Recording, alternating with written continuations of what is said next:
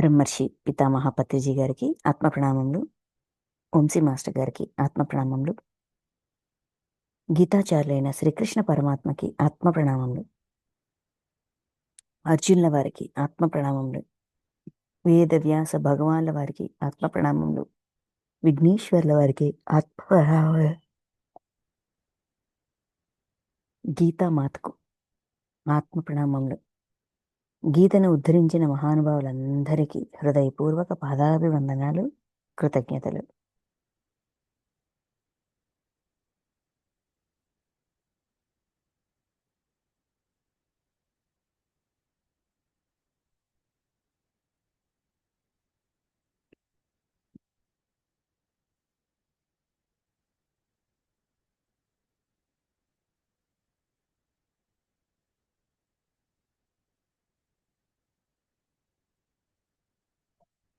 ముఖ్య మాస్టర్స్, మనం శ్రీమద్ భగవద్గీతలోని 14వ అధ్యాయం గుణత్రయ విభాగ యోగం, 14వ అధ్యాయమైన గుణత్రయ విభాగ యోగం తెలుసుకుందాం ఈరోజు. అర్జునుడు విశ్వరూప దర్శన యోగం తర్వాత అనన్య భక్తి సాధించిన వాళ్ళు చాలామంది ఉన్నారు. సగుణ రూపాన్ని ఉపాసన చేస్తూ అనన్య భక్తులుగా ఆ స్థితికి ఎదిగిన వాళ్ళు ఉన్నారు. చైతన్యం కేవలం బ్రహ్మాండం అంతా నిండి ఉన్న ఈ అనంత చైతన్యాన్ని ఆరాధిస్తూ సాధన చేస్తూ కనెక్ట్ అవుతూ అనన్య భక్తులుగా మారిన వాళ్ళు ఉన్నారు. ఈ రెండిటిలోనూ ఏది ఉత్తమమైన మార్గము అని అర్జునుడు అడుగుతారు. దానికి భక్తి అంటే ఏంటి,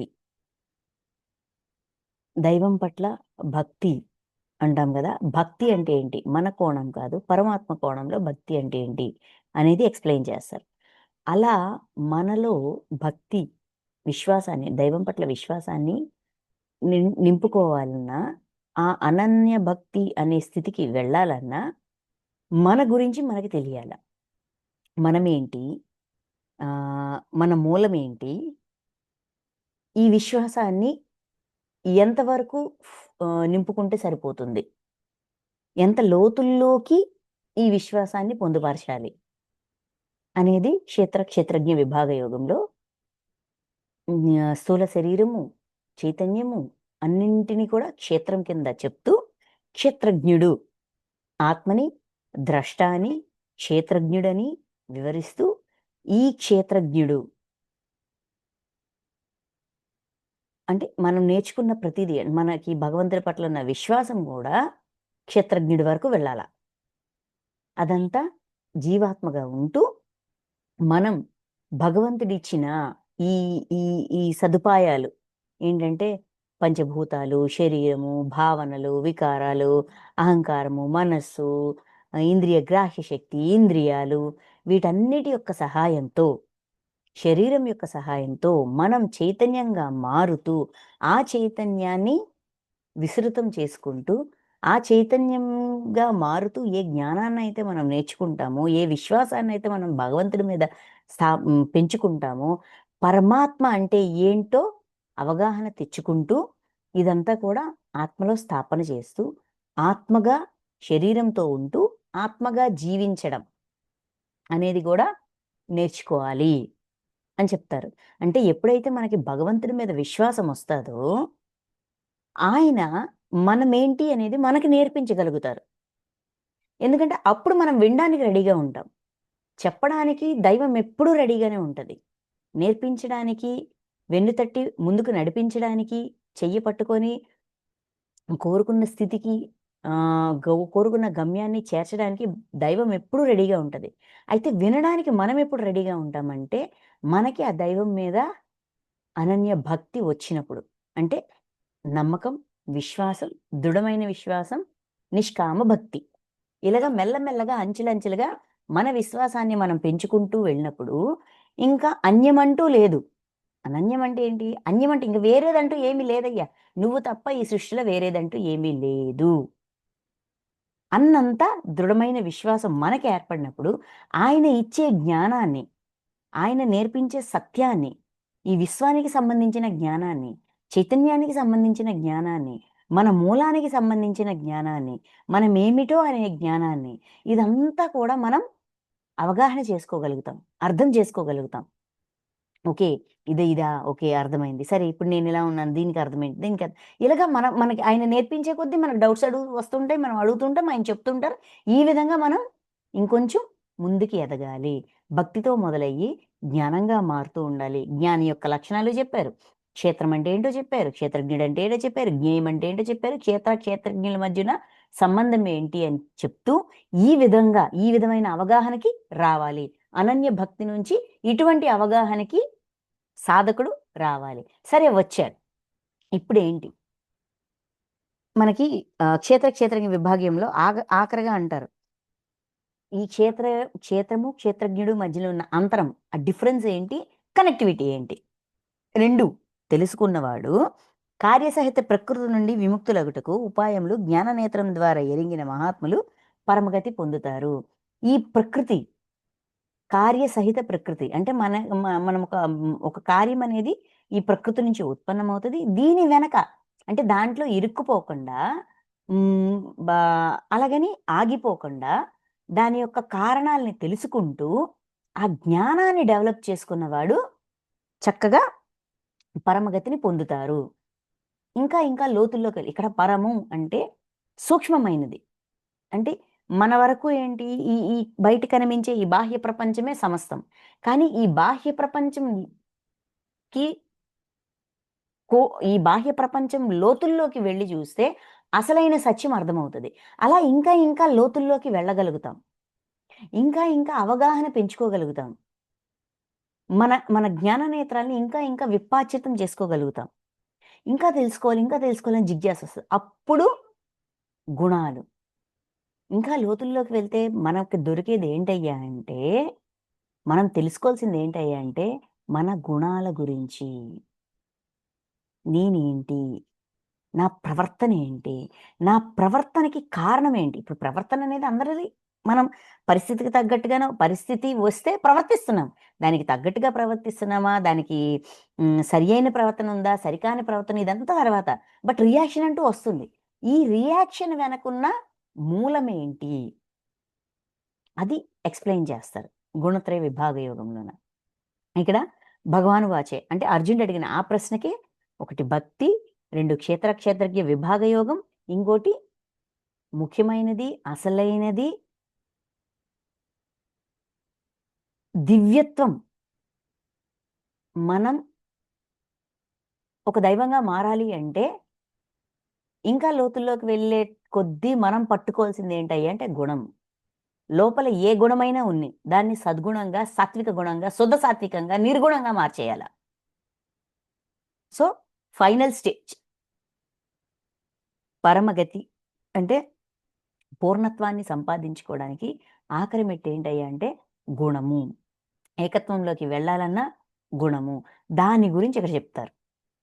ఇక్కడ చాలా అంటే మొదటి అధ్యాయాల నుంచి ఆఖరి వరకు కూడా గుణ ప్రభావం చెప్తూ ఉంటారు. అయితే ఆ గుణాల యొక్క డేటా అన్నమాట. గుణతత్వం ఏంటి? ఎందుకుంది? ఎలా ఉంది? ఏంటి? అయన్నీ ఇక్కడ మనకు తెలియజేస్తారు. అంటే మనం చెప్పుకుంటున్నాం చూసారా? దుష్కర్మ చూసుకున్నాము. ఒక బాధ అనుభవిస్తున్నాము. ఆ బాధకి కారణం ఏంటి? కర్మధ్యానం చేసి దుష్కర్మ అడుగుతున్నాము, చూసుకుంటున్నాము, క్షమాపణ చెప్తున్నాము. పరివర్తన అనేది ఒకటి ఉంటది. పశ్చాత్తాపం, పరివర్తన, ప్రాయశ్చిత్తం. పరివర్తన ఏంటి? అప్పుడు నేను చేసిన తప్పు మళ్ళీ నేను ప్రదర్శించకూడదు. అంటే ఆ తప్పు చేయడానికి ఏదైతే కారణమో ఆ కారణాన్ని వెతికి, ఆ గుణాన్ని వెతికి, ఆ గుణాన్ని ఎప్పుడైతే నేను సద్గుణంగా మార్చేస్తానో ఆ గుణ ప్రభావంతో నేను ఇంకొన్ని దుష్కర్మలు చేయకుండా ఉంటాను. సో, ఇక్కడ మొదలై అక్కడి వరకు వెళ్ళాల. అందుకు మనం గుణాల గురించి తెలుసుకోవాలి. అది ఇప్పుడు ఎక్స్‌ప్లెయిన్ చేస్తున్నారు ఈ అధ్యాయంలో. మొదటి 2 శ్లోకాలు లోతైన సబ్జెక్ట్ అంటే ఇంట్రొడక్షన్ లాగా ఇస్తారనమాట. ఇది ఇక్కడి నుంచి అంత గుణాల గురించి చెప్తారు కాబట్టి ఈ అధ్యాయాన్ని, ఈ శ్లోకాలన్నిటిని ఒక అధ్యాయంగా చేసి గుణత్రయ విభాగ యోగం అని చెప్పి వ్యాస భగవానుల వారు పేరు పెట్టారు. చూద్దాం.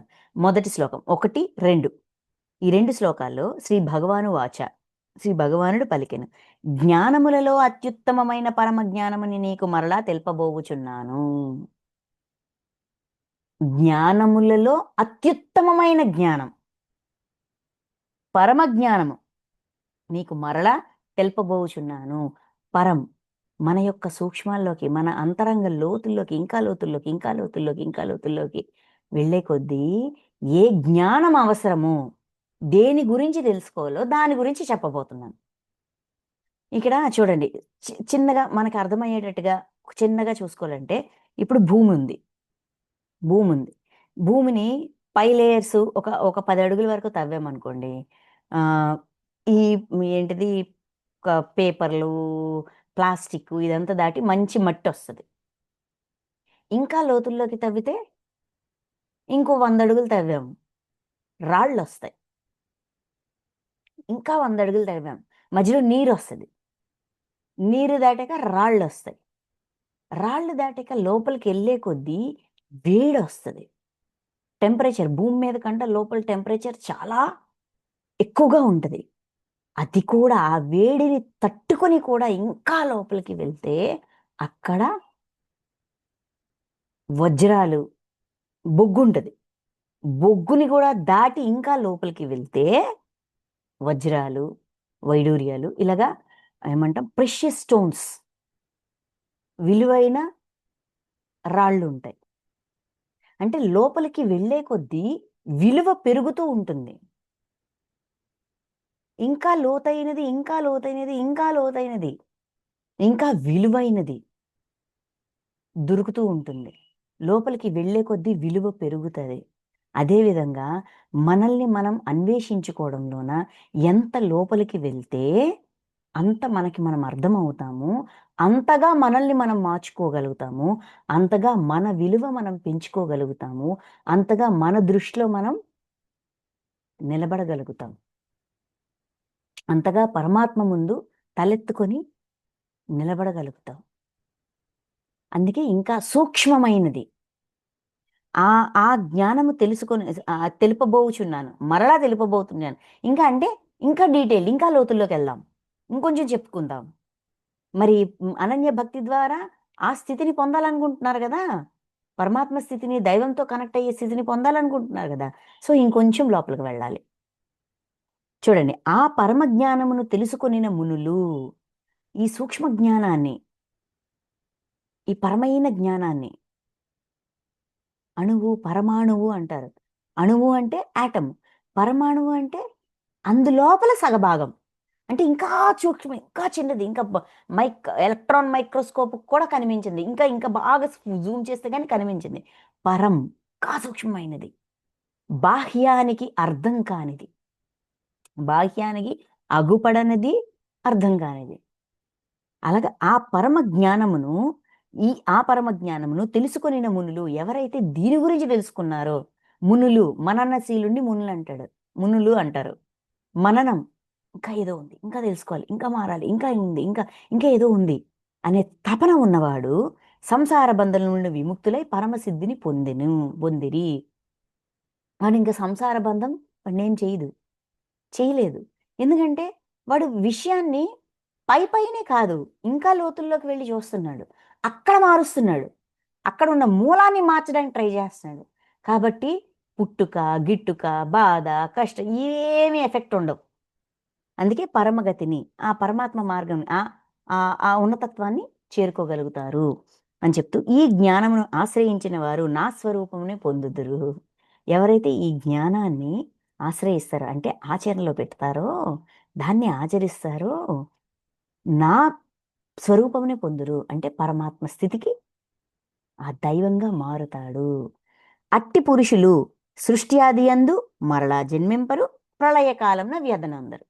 అటువంటి ఆత్మలు, అటువంటి చైతన్యాలు, అటువంటి జీవాత్మలు సృష్టి ఆది అందు, మళ్ళీ సృష్టి మొదలైనప్పుడు అంటే ఈ టైమ్ లైన్స్ ఉంటాయి కదా, మన్వంతరాలు, ఇది యుగాలు, ఇప్పుడు మన మన లెక్కలు పూర్తి చేయలేదనుకోండి, మనం దైవంగా మారలేదనుకోండి, ఆ దైవంగా మారేంత వరకు ఎన్ని మన్వంతరాలైనా, ఎన్ని యుగాలైనా జన్మ పరంపర అనేది కొనసాగుతూ ఉంటుంది. అదే కంప్లీట్ అయిపోయిందనుకోండి, యుగం స్టార్ట్ అయింది గానీ జన్మ తీసుకోవాల్సిన అవసరం లేదు. అలాగని ప్రళయకాలంలో వ్యధనొందనక్కర్లేదు. వ్యధనొందరు అంటే చనిపోతున్నామనో, లేదంటే ప్రళయం అంతా నశించిపోతుంది. ఓకే. ఇప్పుడు నశించింది. మళ్ళీ పుడతది. ఇదొక సైకిల్ అనే అవగాహన వాడికుంటది కాబట్టి వాడు బాధపడడు. వాడికి మొత్తం క్లారిటీ వచ్చేస్తది. అందుకని ఆహ్, మరలా జన్మించాల్సిన సృష్టి మొదలైందని జన్మించాల్సిన అవసరం లేదు. అలాగని ప్రళయమొచ్చిందని వ్యధలోకి వెళ్ళడు. ఆ బ్యాలెన్స్ వచ్చేస్తది అని చెప్తున్నారు. చెప్తూ మూడో శ్లోకం 3, 4 ఓ అర్జున! నా మహద్బ్రహ్మ రూపమైన మూల ప్రకృతి. ఇక్కడేంటంటే సృష్టి ఎలా మొదలయ్యింది? అంటే ఆయన పాత్ర ఏంటి? ఇప్పుడు సూక్ష్మాల్లోకి వెళ్తామన్నారు. ఇంకా లోతుల్లోకి వెళ్తామన్నారు. ఇంకా లోతుల్లోకి వెళ్ళేసరికి అసలు సత్యం యొక్క రూపం ఇంకా లోతవుతది. సత్యం ఇంకా లోతుగా అవగాహన అవుతది. అంత లోతుగా అర్థం చేసుకోవాల. చూడండి. నా మహద్బ్రహ్మ రూపమైన మూల ప్రకృతి సర్వ ప్రాణులకును జన్మస్థానము. దానియందు చేతన సముదాయ రూపమైన బీజమును ఉంచెదను. అంటే స్థాపన చేసెదను. ఆ జడచేతన సంయోగము వలననే సర్వభూతముల ఉత్పత్తి జరుగును. నా మహద్బ్రహ్మ రూపమైన మూల ప్రకృతి సర్వ ప్రాణులకు జన్మస్థానము. మహాబ్రహ్మ రూపమైన అంటే ఆయనచే సృష్టించబడిన ఈ పూర్తి బ్రహ్మాండం అంతటిలోని మూల ప్రకృతి సర్వ ప్రాణులకు జన్మస్థానము. ఈ బ్రహ్మాండాన్ని సృష్టించిన నేనే నా మూలం. ఈ బ్రహ్మాండానికి మూలం ఎవరు? ఈ బ్రహ్మాండాన్ని సృష్టించిన సృష్టికర్త. ఓకే. బ్రహ్మ, లేదంటే పరమాత్మ, లేదంటే పూర్ణాత్మ. ఇంకా హయ్యర్ స్టేజ్ ఏదైతే ఉందో అది. ఆ మూలం నుంచే కదా ఈ ప్రాణులన్నీ వచ్చాయి. ఆ ఆత్మ నుంచి, ఆ పూర్ణాత్మ నుంచి ఆత్మలొచ్చాయి. ఆ ఆత్మ నుంచి జీవాత్మలొచ్చాయి. ఆ జీవాత్మలు జీవుళ్ళయ్యాయి. ద ద వాటి ప్రయాణాలు సాగిస్తున్నాయి. అంటే ఆ మూలం నుంచే ఈ ఈ బ్రహ్మాండాన్ని సృష్టించిన ఆ మూలం నుంచే ప్రాణులన్నీ ఉత్పన్నమయ్యాయి. ఓకే. దానియందు చేతన సముదాయ రూపమైన బీజమును ఉంచెదను. అంటే స్థాపన చేసెదను. ఆ ప్రాణులన్నిటిని ఉత్పత్తి చేశారు. మళ్ళీ అవేమైనా బొమ్మల్లాగా, రోబోల్లాగా ఉంచేశారా? ఆయన కంట్రోల్ ఇలాగా ఏంటి తోలుబొమ్మల్లాగా ఉంచారా? లేదు, లేదు. ఎవడి ఇండివిడ్యువాలిటీ వాళ్ళకిచ్చారు. వాడిని ఒక చైతన్యంగా నీకు నచ్చినట్టుగా నువ్వు బతుకు. నీకు కావాల్సింది నువ్వు నేర్చుకో. నువ్వు ఎలా ఉండాలనుకుంటున్నావు అలా ఉండు. నువ్వేం నేర్చుకోవాలనుకుంటున్నావు నేర్చుకో. ఆ నేర్చుకోవడానికి కావాల్సిన పరిస్థితులన్నీ కల్పిస్తూ చేతన సముదాయమైన బీజమును, జ్ఞానాన్నిచ్చారు. విచక్షణా జ్ఞానం ఇచ్చారు. స్వేచ్ఛనిచ్చారు. అనిపించడము, ఫీల్ అవ్వడము, దాన్ని కోరుకోవడము. ఇప్పుడు జంతు జన్మల్లో కూడానా ఆహ్, వాటిలోన కొంత ప్రేమ, ఆహ్, అట్రాక్ట్ అవ్వడమని, సంరక్షించడమని, ఆహ్, ప్రాణం కోసం పాకులాడడమని ఇయన్నీ ఉన్నాయి గదా! వాటిలో కూడా చైతన్యం ఉంది. అవి చైతన్యవంతులుగా ఉన్నాయి. జీవిస్తున్నాయి. కరెక్ట్‌గా చెప్పాలంటే ఒక ఒక ఒక ఒక ఒక రాయిలో కూడా జీవం ఉంది అంటారు గదా! అలాగా జీవాన్ని గూడా పెట్టా. కేవలం సృష్టించి వదిలేయలా. అవి జీవిస్తున్నాయి. అవి జీవించి ఉన్నాయనంటే ఆ జీవాన్ని, ఆ చేతన సముదాయమైన బీజము, ఆ జ్ఞానాన్ని గూడా ఉంచాను. స్థాపన చేశాను. ఆ జడ చేతన సంయోగము వలననే సర్వభూతములు ఉత్పత్తి జరుగును. ఇంకా ఈ ఈ ఈ ఈ జడ పదార్థము, ఈ ప్రాణిలో ఉన్న చైతన్యము ఈ 2 కలిసి వాటిలో ఒక ఎమోషన్స్ బతకాలి, చెయ్యాలి, ఎలా ఉండాలి, ఏంటి ఇయన్నీ కూడాన మొదలవుతాయి. ఎప్పుడైతే ఎవడి ఎవడికి ఎలా బతకాలనిపిస్తుంది, ఎలా ఉండాలని, ఎలా జీవించాలనుందో అలా జీవించడం మొదలుపెడతారో ఆహ్, ఆహ్, ఆహ్, ఆహ్, ఆహ్, ఆ సిస్టమ్ అనేది ఇంకా అలాగా ముందుకెళ్తూ ఉంటది. ఇంకా డెవలప్ అవుతది. ఈ విధంగా సర్వభూతముల ఉత్పత్తి కూడా ఈ విధంగా జరిగింది. వాటికంటూ ఒక స్వేచ్ఛ ఇవ్వడం వల్ల అవి కూడా ఉత్పత్తికి హ్మ్. ప్రారంభించాయి. ఫస్ట్ స్టార్ట్ చేసింది నేను. తర్వాత అలాగా వృద్ధి చెందబడ్డాయి. అవి వృద్ధి చెందాయి అని చెప్తున్నారు. ఇది పరమాత్మ కోణం. అంటే చైతన్య కోణం. ఓకే. ఇప్పుడు చూడండి 4 శ్లోకంలో ఓ అర్జున నానా యోనులయందు జన్మించు ప్రాణులను తన గర్భమున ధరించు మూల ప్రకృతియే ఆ ప్రాణులకు తల్లి. నానా యోనులయందు అంటే రకరకాల ప్రాణులున్నాయి. ఆ ప్రాణి నుంచి ఇంకొక ప్రాణి ఉత్పన్నమవుతుంది. రిప్రొడక్షన్, జన్మించి ప్రాణులను తన గర్భమును ధరించి మూల ప్రకృతియే ఆ ప్రాణులకు తల్లి. యోనుల నుంచి జన్మిస్తున్నాయి. అంటే అవి పుడుతున్నాయి. ఆ పుట్టే ముందు పుట్టక ముందు అంటే ఇదంతా తయారయ్యి జన్మించక ముందు గర్భంలో ఆ ప్రాణుల యొక్క గర్భంలో అవి ఏమంటాం డెవలప్ అవుతుంది. అది గుడ్డుగా డెవలప్ అవ్వచ్చు, ఒక విత్తనంగా డెవలప్ అవ్వచ్చు, ఒక బిడ్డగా డెవలప్ అవ్వచ్చు, ఒక ప్రాణిగా డెవలప్ అవ్వచ్చు. ఆ డెవలప్‌మెంట్ అనేది జరుగుతుంది. దానికి ప్రకృతియే కారణం. అంటే పరమాత్మ ఈ శరీరాన్ని అలా తయారు చేసి అందిస్తున్నారు. ఓకే. అందుకే ప్రకృతి ఈ పంచభూతాల నుంచే కదా ఈ శరీరం తయారవుతుంది. ఏ ప్రాణి యొక్క శరీరం అయినా సరే పంచభూతాల నుంచి తయారవుతుంది కదా! ఈ పంచభూతాలు మూల ప్రకృతి. సో, ఈ శరీరాన్ని ఎవరిస్తున్నారయ్య అంటే ప్రకృతి రూపంలో ఉన్న పరమాత్మ గిఫ్ట్‌గా ఇస్తున్నారు. బీజ స్థాపన చేయు నేను వాటికి తండ్రిని. వాటి ఎప్పుడైతే ఈ బాడీ అనేది తయారయిందో అందులో బీజాన్ని, ఆ ఆత్మని, ఆ జీవాత్మని తీసుకొచ్చి అందులో స్థాపన చేస్తున్నారు. ఓకే. అది తండ్రి. సో, నేను తండ్రిని. బీజ స్థాపన. బీజం అంటే ఇక్కడ ఆత్మ. ఆత్మని తీసుకొచ్చి అందులో స్థాపన చేస్తున్నారు. అందుకు ఈ పరమాత్మ తండ్రి. అనగా సర్వప్రాణులకు ప్రకృతియే తల్లి, నేనే జనకుడను. సో, ఈ సృష్టిలో ఉన్న ప్రాణులన్నింటికి అంటే ఇప్పుడు మన లెవెల్ ఏంటి? నేను మనిషిని. నేను ఈ భూమి మీద జీవిస్తున్న ఒక మనిషిని. మన వరకేంటి? నన్ను కన్న తల్లిదండ్రులే నా తల్లిదండ్రులు. ఇంకొంచెం పైకెళ్ళి చూస్తే నా నా తల్లిదండ్రులకి ఇంకో ఇద్దరు బిడ్డలు గూడా ఉన్నారు. అంటే మా ముగ్గురికి వాళ్ళు తల్లిదండ్రులు. సో, మా ముగ్గురికి వాళ్ళు కామన్. ఇంకొంచెం పైకెళ్ళి చూసామనుకోండి, నా తండ్రి తన తండ్రి నుంచొచ్చాడు. ఆయనతో పాటు కొంతమంది సోదరులు, సోదరీమణులు ఉన్నారు. అంటే ఒక తరం వెనక్కెళ్తే ముగ్గురు. ఆ తరం ఇంకొంచెం వెనక్కెళ్తే ఒక 10 మంది, లేదంటే 25 మంది. ఆ ఒక్క తరం ఇంకా వెనక్కెళ్తే 100 మంది. ఒక కుటుంబం. కదా! అలాగా ఒక్కొక్క తరం వెనక్కెళ్ళే కొద్దీ ఈ కుటుంబం ఇలా ఉన్న ఈ కుటుంబం ఇలా ఎక్స్‌పాండ్ అయ్యి ఈ భూమి మీద ఉన్న ప్రతి ప్రాణి కూడా మనకి సోదరీమణులే గదా! అంటే ఒక ఒక చే ఒక ఒక తల్లి, ఒక తండ్రి నుంచొచ్చిన ప్రాణులే కదా అన్నినా. మనిషైనా, చెట్టైనా, జంతువైనా, పక్షులైనా ఏదైనా సరే. ఇవన్నీ కూడా ఒక తండ్రి, ఒక తల్లి దగ్గర నుంచొచ్చిన ప్రాణులే. వేరు అనుకుంటున్నాము. కానీ మూల ప్రకృతే తల్లి, బీజస్థాపన చేయు నేనే తండ్రిని. అంటే ఈ ప్రాణులన్నిటికీ ప్రకృతి తల్లి, నేను తండ్రిని. ఇంకెక్కడుందయ్యా వేర్పాటు? వేర్పాటు భావాన్ని తీసేయి అని మనకి నేర్పిస్తున్న ఫస్ట్ పాయింట్. లోతైన జ్ఞానం, పరమైన జ్ఞానంలో ఫస్ట్ పాయింట్ ఏంటయ్యే, అందరికీ తల్లి మూల ప్రకృతి మన కళ్ళ ముందే ఉంది. మనతో ఉంది. మనలో ఉంది. మనమై ఉన్నాము. మన చుట్టూ ఉంది. తండ్రి ఆత్మ చైతన్యం. ఆత్మ. ఇది లేకపోతే మనం శవం. అంటే మన లోపల, మన చుట్టూ, మన అంతటా ఉన్న ఈ తల్లి, తండ్రి అందరికీ తల్లి, తండ్రి. సో, ఇక్కడ నేను, నాది అనేది దాటడానికి ఇంతకు మించిన కారణం ఏముంటది? అవునా కాదా? సో, అది నేర్చుకోమంటున్నారు ఫస్ట్ పాయింట్. నెక్స్ట్, ఓ అర్జున, ప్రకృతి నుండి ఉత్పన్నములైన సత్వ రజస్ తమో గుణములు నాశనము లేని జీవాత్మను శరీరమునందు బంధించును. ఇప్పుడు ఈ సత్వ, రజ, తము, సాత్విక గుణము, రాజస గుణము, తామస గుణము, ఈ 3 గుణాలు ప్రకృతి నుంచి ఉత్పన్నమవుతున్నాయి. అంటే ఏ ప్రకృతి అయితే, ఇక్కడ ప్రకృతి అంటే మన సరౌండింగ్స్, మన చుట్టుపక్కల ఉన్న పరిసరాలు. నేను ఏ పరిసరంలో ఉన్నానో ఆ పరిసర ప్రభావంతో నేను ప్రవర్తిస్తుంటాను.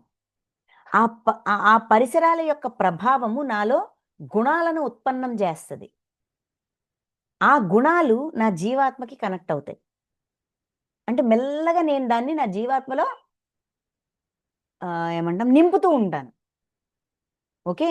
అంటే ఫస్ట్ వచ్చినప్పుడు క్లీన్ అండ్ క్లియర్. మొదట ఆత్మగా ఉండి ఫస్ట్ వచ్చినప్పుడు మనం క్లీన్‌గా ఉంటాం. ఒక వైట్ పేపర్‌లా ఉంటాం. తర్వాత కొన్ని పరిస్థితిలో ఉంటాం. ఆ పరిస్థితుల నుంచి ఒక్కొక్కటి అవగాహన చేసుకుంటూ ఉంటాం. ఇదిలా ఉంది, ఇదిలా ఉంది. ఓహ్! ఇదిదా, ఇదిదా, ఇదిదా, ఇదా. ఈ స్వేచ్ఛే కదా ఇచ్చారు అన్నారు. చైతన్యం, ఆ జ్ఞానాన్ని పెట్టారు. అన్నిటిని అర్థం చేసుకొని, అవగాహన చేసుకునే ఆ బీజాన్ని మనలో వేశారు. సో, ఆ బీజం యొక్క సహాయంతో చుట్టూ ఉన్న పరిస్థితుల్ని మనం అవగాహన చేసుకుంటూ ఉంటాం. అందులో ఒకటి నచ్చుతది. ఒకలా ఉండాలనిపిస్తది. ఇది కావాలనిపిస్తది. ఇలాగా మనకు అనిపిస్తూ ఉంటది. ఈ విధంగా మన చుట్టూ ఉండే ప్రకృతి నుంచి మనం గుణాలను తయారు చేస్తా ఉంటాం. మన లోపల చూడండి. నాశనం లేని జీవాత్మను శరీరమున బంధించును. జీవాత్మకి నాశనం లేదు. అది అలాగా కంటిన్యూ అవుతూ ఉంటది. హ్మ్. అయితే జ్ఞానవంతం అవుతది తప్ప నశించిపోదు. ఈ జీవాత్మ ఈ శరీరంలో ఈ బాడీలోన ఇలా లాక్ అయ్యేటట్టుగా చేసేదే ఈ గుణాలనమాట. ఉంచుతది. బాడీ వదిలేసి వెళ్ళిపోకండా. ఒక బంధనంలా ఉంది, ఇబ్బందిగా ఉంది, బంధింపబడ్డాను అనే ఫీల్ రానివ్వకండా, మనల్ని మన శరీరంలో ఉంచి లాక్ చేసేవే ఈ గుణాలు. ఈ గుణాలు ప్రకృతి నుంచి ఉత్పన్నమవుతాయి. ఓకే. ఓ పాపరహితుడా! ఈ మూడింటిలో సత్వగుణము నిర్మలమైనది కనుక ప్రకాశమైనది, వికారరహితమైనది. అది సుఖ సాంగత్యముల వల్ల, జ్ఞానాభిమానం వల్ల మనుజుని బంధించును. ఈ మూడింటిలో కూడా సాత్విక గుణము సరళ సా నిర్మలమైనది. అంటే ప్రశాంతంగా ఉంటది. ఏ ఏ అల్లజడులు, అవకతవకలు ఏంటిది ఇబ్బందులు ఏం అలాంటి ఎమోషన్స్ ఉండవు. అంటే మన మనసు ప్రశాంతంగా ఉంటదనమాట. సాత్విక గుణం వల్ల. సాత్విక గుణం యొక్క సహజ లక్షణం అది. కనుక ప్రకాశమైనది. అది నిర్మలంగా ఉంటాది కాబట్టి మనల్ని ఏమంటాము హ్మ్. చైతన్యవంతులుగా చేస్తది. వికారరహితమైనది. ఎందుకంటే వికారాలు లేవు. ఎమోషన్స్‌ని క్రియేట్ చేయదు. మన లోపల భావోద్వేగాల్ని ఉత్పన్నం చేయదు. ప్రశాంతంగా ఉంటది. అది సుఖ సాంగత్యం వలన ఎప్పుడైతే మనలో భావోద్వేగాలు ఉండవో మనం సుఖంగా, ప్రశాంతంగా ఉంటాం. సుఖ సాంగత్యం వలన జ్ఞానాభిమానం వలన మనుజుని బంధించును. అయితే ఈ సాత్విక గుణము జీవాత్మని శరీరంలో ఎలా లాక్ చేసి ఉంచుతది అంటే జ్ఞానాభిమానము. సుఖ సాంగత్యము, జ్ఞానాభిమానం. జ్ఞానం కోసం తపన పడతది. ఏదో నేర్చుకోవాలి, ఏదో తెలుసుకోవాలి అనే తాపత్రయం. ఈ విధంగా మనుజుని శరీరంలో బంధిస్తది. జ్ఞాన పిపాసతో మనం మన శరీరంలో ఉండేటట్టుగా హెల్ప్ చేస్తది. నెక్స్ట్ ఓ అర్జున! రజోగుణము రాగాత్మకము. అది కామము, ఆసక్తుల నుండి ఉత్పన్నమగునవి అగునని ఎరుంగుము. అది జీవాత్మను కర్మల యొక్కయు, కర్మ ఫలముల యొక్కయు సాంగత్యంలో బంధించును. రజోగుణం రాగాత్మకమైనది. అంటే మనలో ఎమోషన్స్‌ని తట్టి లేపుతది. నువ్వు జడ పదార్థానివి కాదు. నీలోన భావాలున్నాయి. భావోద్వేగాలున్నాయి. కోపముంది, ద్వేషముంది, అసహ్యముంది, అసూయుంది, ఇష్టముంది, ప్రేముంది, స్నేహముంది. అన్నీ ఉన్నాయి అని మనకి తెలియజేస్తది. తెలియజేసి మనలో కోరికని, ఆసక్తిని ఇవన్నీ డెవలప్ చేస్తది. డెవలప్ చేస్తూ వాటిని ఫుల్‌ఫిల్ చేసుకోవడానికి మనం ఒక చర్య చేసేటట్టుగా, ఒక పని చేసేటట్టుగా మనల్ని ప్రోత్సహిస్తది. ఈ పని యొక్క ఫలితాన్ని అనుభవించడానికి మరలా తీసుకొస్తది. అయితే ఇవన్నీ మనం ఎందుకు జెయ్యాలా? శుద్ధంగా ఉన్నాం గదా! మహాకారం లోకాల్లో ఆత్మగా. ఈ కిందకొచ్చి ఇన్ని పాటలు పడాలా? అంటే అనుభవ జ్ఞానాన్ని కోరుకున్నాం గదా! అనుభవపూర్వకంగా జ్ఞానాన్ని పొందుతూ, దాన్ని దివ్య జ్ఞానంగా మార్చుకుంటూ, నేను కూడా దైవంగా మారాలి అనే సంకల్పంతో జన్మ పరంపరలోకి వచ్చాం. మరి ఆ సంకల్పం నెరవేరాలంటే దానికి తగ్గ పరిస్థితులు ఏర్పడతాయి. దానికి కావాల్సినవి ప్రోత్సాహాన్నిస్తాయి. ఆ పరిస్థితుల నుంచే మనకి కోరికలు, ఆసక్తులు ఇయన్నీ డెవలప్ చేసుకుంటూ మెల్లగా మనలో మనం రజోగుణాన్ని డెవలప్ చేస్తాం. ఓకే. ఆ రజోగుణం యొక్క హెల్ప్ అంటే మనలో మనకి కావాలి. ఇది నేనిదవ్వాలి, ఇది కావాలి, ఇలాగుండాలి, ఇలా ఇలా అనిపిస్తుంటది. అనిపించిన దాన్ని మనం యాక్టివిటీగా మారుస్తాం. దాన్నొక కార్యంగా మారుస్తాం. దానికోసం పని చేస్తాం. కర్రీగా మార్చడం ఏం లేదు. అనిపించిన దాన్ని పొందడానికి ఒక పని చేస్తాం. ఆ పనికి ఏదో ఒక ఫలితం ఉంటది ఆటోమేటిక్‌గా. సో, ఇలాగా ఈ రజోగుణం ఈ కార్య, కారణ అంటే కర్మల్ని చేసేటట్టుగా ఆ కర్మ ఫలాన్ని అనుభవిస్తూ ఈ విధంగా మనలో రజోగుణాన్ని మనం డెవలప్ చేస్తాం. నెక్స్ట్ అర్జున, తమో గుణము సకల దేహాభిమానులను మోహితులనుగా చేయును. అజ్ఞానము వలన జనించును. అది జీవాత్మను ప్రమాదాలస్యాది నిద్రాలుల్లో బంధించును. తమో గుణం. తమో గుణం ఏంటంటే, ఏం వద్దయ్యా! ఏ ఏ పని వద్దు. ఏం చెయ్యొద్దు. ఇలాగా పరుగులు తీసి విసుగొస్తుంది. ఏం అక్కర్లేదు అని ఒక హ్మ్, ఒక నిర్లిప్తత అందులో ఉంచుతది. ప్రమాద, ఆలస్యాది నిద్రాలులు. అంటే ఇప్పుడు ఏ ప్రణాళిక కోసమైతే మనం ఈ జన్మలు తెచ్చుకున్నామో, అది కూడా వద్దంటది. ఏం నేర్చుకోవడానికొచ్చామో అది వద్దంటది. బద్ధకంగా ఉందామంటది. ఏది పట్టించుకోవద్దంటది. బాధ్యతలు నిర్వర్తించొద్దంటది. అంటే ఒక రకమైన అలసత్వం అనమాట.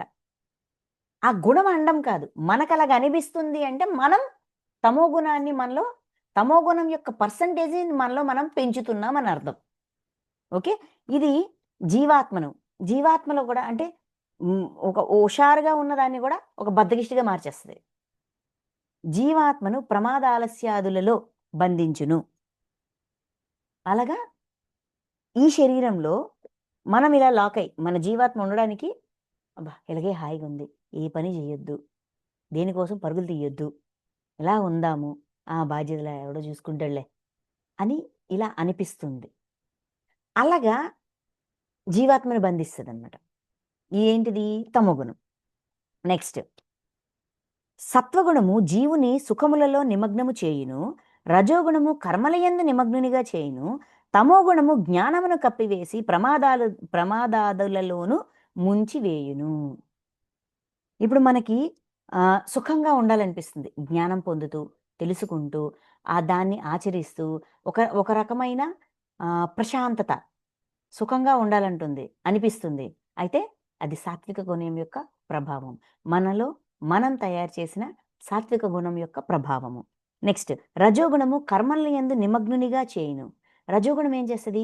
మనం పనులు చేసేటట్టుగా పని, ఫలితం ఒక పని చేయడం, దాని ఫలితాన్ని అనుభవించడం, దాన్ని అనుభవిస్తూ ఇంకొక పని చేయడం. ఇలాగ మనల్ని మన పనులలో మనల్ని బిజీగా ఉంచుతది. మన పనులలో మనం బిజీగా ఉన్నామంటే మనం రజోగుణాన్ని ప్రదర్శిస్తున్నాం. నెక్స్ట్ తమోగుణము జ్ఞానమును కప్పివేసి ప్రమాదాదుల్లోను ముంచివేయును. దేనిని తెలుసుకోవాలనిపించదు. ఏం నేర్చుకోవాలనిపించదు. ఏం వద్దబ్బా! నేర్చుకోవాలంటే మళ్ళీ కష్టపడాలా? వద్దు. అనేటట్టుగా మనకనిపిస్తుందంటే, తమోగుణం యొక్క ప్రభావంలో మనమున్నాము. ఓకే. ఇది చెప్తూ, ఓ అర్జున! రజస్తమో గుణములను అణిచి సత్వగుణము వృద్ధి చెందును. అయితే ఎప్పుడు సత్వగుణం సాత్వికంలోనే ఉండాలి. సాత్వికమే కావాలి. నేనిలాగ జ్ఞానం పొందుతూ కేవలం జ్ఞానాన్నే పొందాలి. జ్ఞానం, జ్ఞానం, జ్ఞానం, జ్ఞానం. ఆ జ్ఞానం వల్ల పొందే ఆనందం, ఆ ప్రశాంతత అది నాకు కావాలి అని అనిపించింది. అలానే ఉన్నామంటే మనం రజోగుణాన్ని, తమోగుణాన్ని అణిచివేస్తున్నట్టు. వాటి యొక్క అనుభవాలని మనం మిస్ అవుతున్నట్టు. అదే విధంగా సత్వతమో గుణములను అణిచి రజోగుణమును వృద్ధి చెందును. రజోగుణం కేవలం చర్య, ప్రతిచర్య, చర్య, ప్రతిచర్య అలా పనులు, పనులు, పనులు, పనులు. అంటే పని మాత్రమే చేస్తున్నాం. ఆ పని ద్వారా నేర్చుకోవాల్సింది నేర్చుకోవట్ల. కేవలం పని మాత్రమే చేస్తున్నాం. అంటే మనం రజోగుణాన్ని మాత్రమే వినియోగిస్తున్నాము. సాత్వికాన్ని, తామసాన్ని అణిచివేస్తున్నాం. నెక్స్ట్ అట్లే సత్వరజో గుణములను అణిచి తమో గుణం వృద్ధి చెందును. ఇంకా ఎవరు ఏం చెప్పినా, ఎలా ఉన్నా, ఏమైనా గూడా చుట్టూ ఉన్నవాళ్ళు అంటే మన మీద డిపెండ్ అయిన పర్సన్స్, మన పరిస్థితులు, మన బుద్ధి ఏదో నేర్చుకోవాలి, ఏదో అవ్వాలి అంటున్నా గూడా హుహు. వద్దు. ఏం నేర్చుకోవద్దు. ఏం అక్కర్లేదు. ఏమి తెలుసుకోవాల్సిన పని లేదు. అవసరం లేదు అన్నట్టుగా ఏమీ వద్దు. ఏం అక్కర్లేదు. జస్ట్ తిన్నామా, పడుకున్నామా, తెల్లారిందా అలానే ఉండాలనిపిస్తుంది. అంటే మనం సాత్వికాన్ని, రాజసాన్ని అణిచివేశాము. కేవలం తామసాన్నే వినియోగిస్తున్నాము అని అర్థం. ఓకే. సో, ఏమంటారంటే శరీర శరీరేంద్రియముల యందును అంతఃకరణముల యందును ఎస్ శరీర ఇంద్రియముల యందును అంతఃకరణమునందును చైతన్యము వివేక శక్తి ఉత్పన్నములైనప్పుడు అతనిలో సత్వగుణము వృద్ధి చెందినదని తలంపవలను. శరీరంలో, ఇంద్రియాలలో, అంతఃకరణంలో, శరీరంలో, ఇంద్రియాల్లో, అంతఃకరణంలో చైతన్యము, వివేక శక్తి. ఒక వ్యక్తి పక్క వాళ్ళ సంగతి పక్కన పెడదాం. ఇది మన కోసం మనం నేర్చుకుంటున్నాం. మనకు అనిపిస్తుంది ఎప్పుడు కూడానా సర్లే స్కూల్ పిల్లలకి పంపించాము, ఇంకా నిద్రపోదాము, ఇంకా ఈ రీల్స్ చూసుకుందాము, అది చూసుకుందాం, ఇది చూసుకుందాం అనిపించేది సడన్గా మనకి నేనేదో నేర్చుకోవాలి, నేనేదో అవ్వాలి, నేను ఇలా ఉండాలి, నేను అలా ఉండాలి, నాకు ఈ జ్ఞానం కావాలి, నాకు ఆ జ్ఞానం కావాలి, నేను ఆ విషయం తెలుసుకోవాలి, ఈ విషయం తెలుసుకోవాలి, ఇలాగ ఈ తపన పెరుగుతోంది అంటే మనం సాత్విక గుణాన్ని పెంచుకునే ప్రయత్నం చేస్తున్నాము అని అర్థం. నెక్స్ట్, ఓ అర్జున, రజోగుణము వృద్ధి అయినప్పుడు లోభము, ప్రవృత్తి అంటే ప్రాపంచిక విషయములందు ఆసక్తి, స్వార్థ బుద్ధితో సకామ భావంతో కర్మాచరణము, అశాంతి, విషయభోగముల యందు లాలస అనునవి ఉత్పన్నములగును. ఇప్పుడు మనలోన ఏంటిది ఇప్పుడు ఈ భౌతిక ప్రపంచం అంటే నాకు ఇల్లు, వాకిలి, స్థలము, పొలము, నా నా బంధాలు, నాది, నేను ఇలాంటివన్నీ డెవలప్ అవుతున్నప్పుడు దానికోసం నేను ప్రయాస పడుతున్నాను. ప్రవృత్తి అంటే ప్రాపంచిక విషయాలని మీద ఆసక్తి. దానికోసం ఏం చేసినా పర్వాలేదు, నాకు కావాల్సింది నేను పొందాలి, అందుకోసం నేను పరుగులు తీస్తుంటా. అంటే నేను రాజస గుణాన్ని పెంచుతున్నాను అని అర్థం. రాజస గుణాన్ని బాగా వినియోగిస్తున్నాను, నా అంతరంగంలోన రాజస గుణాన్ని పెంచుతున్నాను అని అర్థం. ఇలాగా ఇవన్నీ ఈ ప్రవర్తనలు నేను ఇటువంటి పనులు చేస్తున్నాను అంటే నాలో రాజస గుణం యొక్క పర్సెంటేజ్ పెంచుతున్నాను అని అర్థం. ఓకే, ఇక్కడ నాలోన అంటే మన జీవాత్మలోన, మన ఆత్మలోన మనం దాని పర్సెంటేజ్ పెంచుతున్నాము అని అర్థం. నెక్స్ట్, ఓ అర్జున, తమో గుణము అధికమైనప్పుడు అంతఃకరణమునందు ఇంద్రియముల యందును వివేక శక్తి నష్టమగును. తమో గుణం అంటే ఎప్పుడైతే ఏ వివేకం వద్దు, ఏ అనుభవం వద్దు, ఏమీ వద్దు, ఏం తెలుసుకోవాల్సిన పని లేదు, ఏ అవగాహనలు అక్కర్లేదు, అలా అనిపిస్తుందంటే మనం తమో గుణాన్ని బాగా వృద్ధి చెందిస్తున్నాము. అప్పుడేమవుతుంది, వివేక శక్తి, విచక్షణ జ్ఞానం కూడా పనిచేయదు. విచక్షణ కూడా వాడం. అయ్యో, మన వల్ల ఎవడు బాధపడుతున్నాడా, మన వల్ల ఎవడైనా ఇబ్బంది పడుతున్నాడా, వాడికి చెయ్యాల్సింది మనం చేస్తున్నామా, చెయ్యట్లేదా, ఆలోచించం. సింపుల్గా చెప్పాలంటే కామన్ సెన్స్ కూడా వాడం. కర్తవ్య కర్మల యందును విముక్త. కర్తవ్య కర్మలు అంటే మనం మనం చేయాల్సిన పనులు, విధిలో కొన్ని పనులు తెచ్చుకుంటాం, అవి కూడా చెయ్యాలనిపించదు. ప్రమాదము, ఎప్పుడు బద్ధకంగాను, నిద్రగాను, ఏంటిది మన ప్రణాళికని కంప్లీట్ చేయాలి, ఈ జన్మ ఎందుకు తెచ్చుకున్నానో ఆ హోంవర్క్ కంప్లీట్ చేయాలి అని కూడా అనిపించదు. అంటే ప్రణాళికకి ప్రమాదంగా మారుతాం మనం. అనగా అంతఃకరణను మోహింపజేయు వ్యర్థ చేష్టలు. అంతఃకరణాన్ని, మనల్ని మోహంలోకి, వ్యామోహంలోకి నెట్టివేసే సరికాని పనులు, నిద్రాది వృత్తులు, నిద్రపోవడం అంటే అజ్ఞానంలో ఉండిపోవడం మొదలగునవి ఉత్పన్నములగును. ఇలా చేస్తున్నాము అంటే మనం తమోగుణం యొక్క ప్రభావంలో ఉన్నాము, విచక్షణ జ్ఞానాన్ని కూడా వినియోగించట్లేదు అని అర్థం. సో ఇక్కడ మనకేం చెప్తున్నారు, మనలో ఉండే ప్రవర్తనని బట్టి మనం ఏ గుణ ప్రభావంతో ఉన్నామనేది మనం చెక్ చేసుకోవచ్చు. అందుకే గుణము చెప్తున్నారు, దాని యొక్క లక్షణాలు చెప్తున్నారు. ఇప్పుడు లోపల ఏ గుణం ఉందో అనేది నాకెలా తెలుస్తది? ఏమైనా కెమెరా ఏంటిది ఎలక్ట్రాన్ మైక్రోస్కోప్‌లు గట్రా పెట్టి చూడొచ్చా అంటే, ఆ ఆప్షన్ లేదు. సో ఏంటి ఇక్కడ ఆప్షన్ మనకంటే మన ప్రవర్తన, మన ఫీలింగ్స్, మన ఎమోషన్స్, ఏం చేయాలనిపిస్తుంది, ఎలా ఉండాలనిపిస్తుంది అనే దాన్ని బట్టి మనం ఏ గుణాన్ని ఎక్కువగా వినియోగిస్తున్నాము అనేది మనం తెలుసుకోవచ్చు. అంటే నా ఆత్మలో నేను ఏ గుణాన్ని ఎక్కువగా స్థాపన చేశాను, దాని ప్రభావమే కదా నేను ఉంటాను. అలాగా నా నా ప్రవర్తన బట్టి నా అంతరంగం ఏంటి అనేది నేను తెలుసుకోవచ్చు. అందుకనే గుణాల యొక్క లక్షణాలని, ఆ ప్రవర్తన తీరుని, వాటి యొక్క ఫలితాలని మనకు చెప్తున్నారు. ఇక్కడ చూడండి, సత్వగుణము వృద్ధి చెందినప్పుడు మనుజుడు మరణించినచో, అయితే ఏ గుణాన్ని బాగా పెంచుకున్నప్పుడు మనం బాడీ వేకేట్ చేస్తాం. ఇక్కడ మనుజుడు మరణించును అన్నారు. మనిషి మరణించడం అంటే ఫిజికల్ బాడీని విడిచిపెట్టడం అంటే డెత్ అనమాట. ఒక జన్మ ఉంది, ఆ జన్మలోన మనం ఎక్కువగా ఏ గుణాన్నైతే ప్రదర్శిస్తామో ఆ గుణం యొక్క అలాంటి మరణమే, దానికి సంబంధించిన డెత్తే మరణాంతర జీవితం. మరణించిన తర్వాత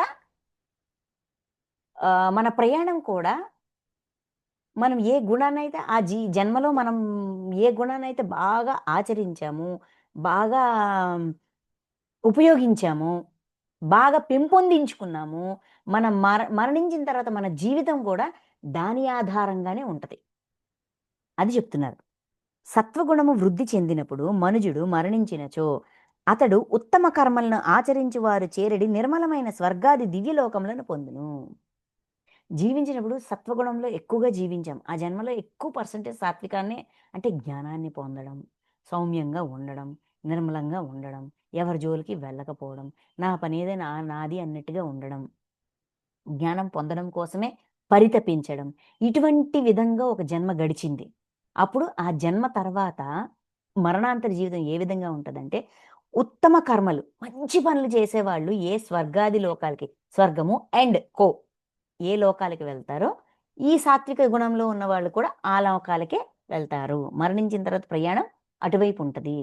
అంటే ఉన్నతత్వం వైపు ఉంటది. ఓకే. నెక్స్ట్ అంటే ఈ ఈ ఈ మంచి పనుల యొక్క ఈ జ్ఞానము వీటి యొక్క ఫలితాల్ని అక్కడ అనుభవిస్తాం. రజోగుణము వృద్ధి చెందినప్పుడు మృత్యువు ప్రాప్తించినచో అతడు కర్మాసక్తులైన మానవులలో జన్మించును. రజోగుణం పర్సెంటేజ్ ఎక్కువుంది. ఆ జన్మంతా కూడా కార్యకారణ సంబంధాల్లో కర్తవ్య కర్మలు నిర్వర్తిస్తూ, కావాల్సింది పొందుతూ, కోరికల్ని నెరవేర్చుకుంటూ, ఆసక్తి కోసం కోరికని ఆసక్తిగా మార్చుకొని, ఆ ఆసక్తిని నెరవేర్చుకోవడానికి పనులు చేస్తూ, ఆ పనులు చేసే క్రమంలోన నాకు కావాల్సింది నేను పొందాలి కాబట్టి, నేను ఏమైనా చెయ్యొచ్చు అని ఇలా మనకి సొంత రూల్స్ మనం తయారు చేసుకుంటూ, కర్మ, కర్మ యొక్క ఫలం, కర్మ, కర్మ యొక్క ఫలం ఈ విధంగా మన జన్మ గడిచింది. అటువంటప్పుడు కర్మాసక్తులైన మానవులలో జన్మించును. అంటే మళ్ళీ ఆ పని, కర్మ మీద ఆసక్తి. ఈ పని చేశాను. ఈ పని పెండింగ్ ఉండిపోయింది. మళ్ళీ నేను ఆ పని కంప్లీట్ చేయాలా? నేను ఏంటిది ఇప్పుడు చూడండి, ఒకే అనుభవం కోసం చాలా జన్మలు తీసుకుంటాం. దొంగతనం అనే అనుభవం దగ్గర దగ్గర ఒక 10 జన్మలుంటాయి. ఏంటిది ఒక మ్యూజిక్ నేర్చుకోవాలి.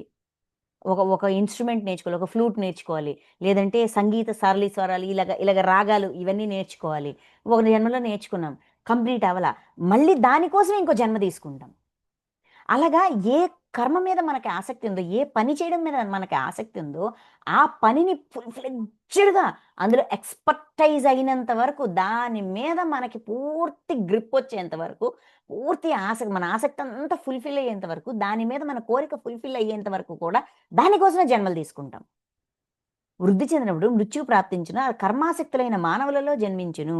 అట్లే తమోగుణము వృద్ధి చెందినప్పుడు మృతి చెందిన మానవుడు పశుపక్షాది కీటకాది నీచ యోనులలో జన్మించుచుండును. తమోగుణం వృద్ధి చెందింది. అప్పుడేం చేస్తాము? కర్తవ్య కర్మలు నిర్వర్తించం. ఏంటిది ప్రమాదంలో ఉంటాం. అంటే మనం ఆ జన్మ యొక్క హోంవర్క్ కంప్లీట్ చెయ్యం. అది చేయకపోవడం వల్ల మనతో పాటు ఉన్న వాళ్ళందరూ కి ఇబ్బందే గదా! అలా వాళ్ళని ఇబ్బంది పెడుతూ, బాధ పెడుతూ ఇలాగా జన్మ యొక్క విలువ, శరీరం యొక్క విలువ, జన్మ యొక్క విలువ, ప్రాణం యొక్క విలువ, సమయం యొక్క విలువ ఇదేది గూడా అవగాహన అవ్వల. అప్పుడేం చేస్తారు? ప్రాణం యొక్క విలువ, జన్మ యొక్క విలువ తెలుసుకొని రా నాయనా అని జెప్పి జంతు జన్మల్లోకి డిమోషన్ ఇస్తారు. అక్కడ జంతు జన్మలో ఏముంటది? నిత్యం ప్రాణ సంకటమే. ప్రాణం కోసం పోరాటమే. ఎప్పుడు ఎవరు ఏ ఏ జంతువు ఏ పక్క నుంచి వచ్చి చంపేస్తదో తెలీదు. ఆహారం దొరకకపోతే ఆకలి చావులు ఎప్పుడు చనిపోవాలో తెలీదు. ప్రతి క్షణం అది ప్రాణం కోసం బతకడానికి పోరాడుతూ ఉంటది. ఇక్కడ బతుకుంది. విలువ తెలీలా. మళ్ళీ ఆ జన్మల్లోకి వెళ్ళి అక్కడ ప్రాణం యొక్క విలువ, జన్మ యొక్క విలువ అన్నీ తెలుసుకొని మళ్ళొస్తాం. సో, ఇక్కడ ఏది కూడా పనిష్మెంట్ కాదు. ఇది సహజంగా, అంటే ఈ సృష్టి యొక్క నిర్వహణ ఈ విధంగా ఉంది.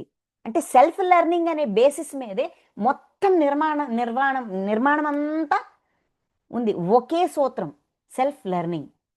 ఎవడి మట్టుకు ఆడు నేర్చుకోవాలా. ఎవడిది వాడే అనుభవిస్తాడు. సో, నువ్వు ఎలా ప్రవర్తిస్తూ ఉంటావో, నీకేం నచ్చుతుంటాయో, నీకేం కావాలనిపిస్తాయో దాన్ని బట్టే మన ఎదుగుదల ఉంటది.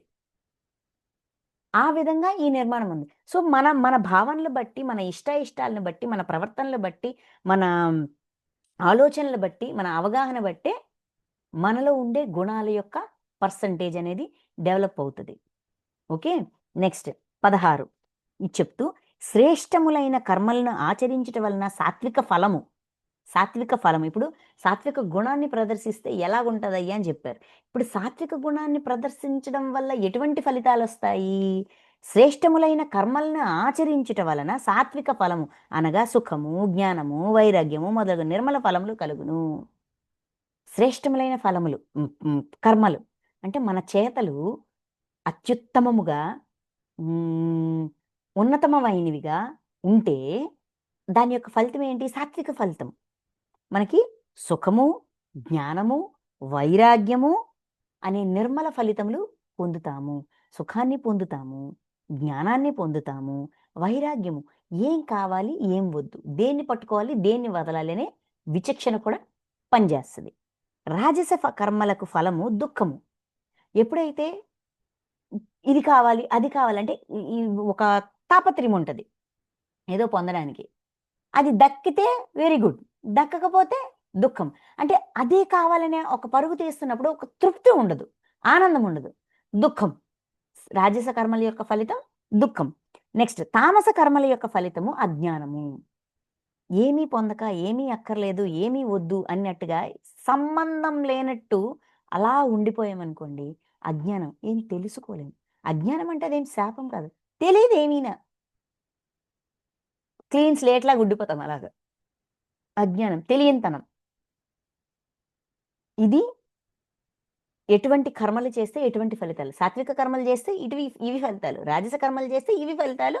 తామస కర్మలు చేస్తే ఇవి ఫలితాలు అని చెప్తూ సత్వగుణము వలన జ్ఞానము.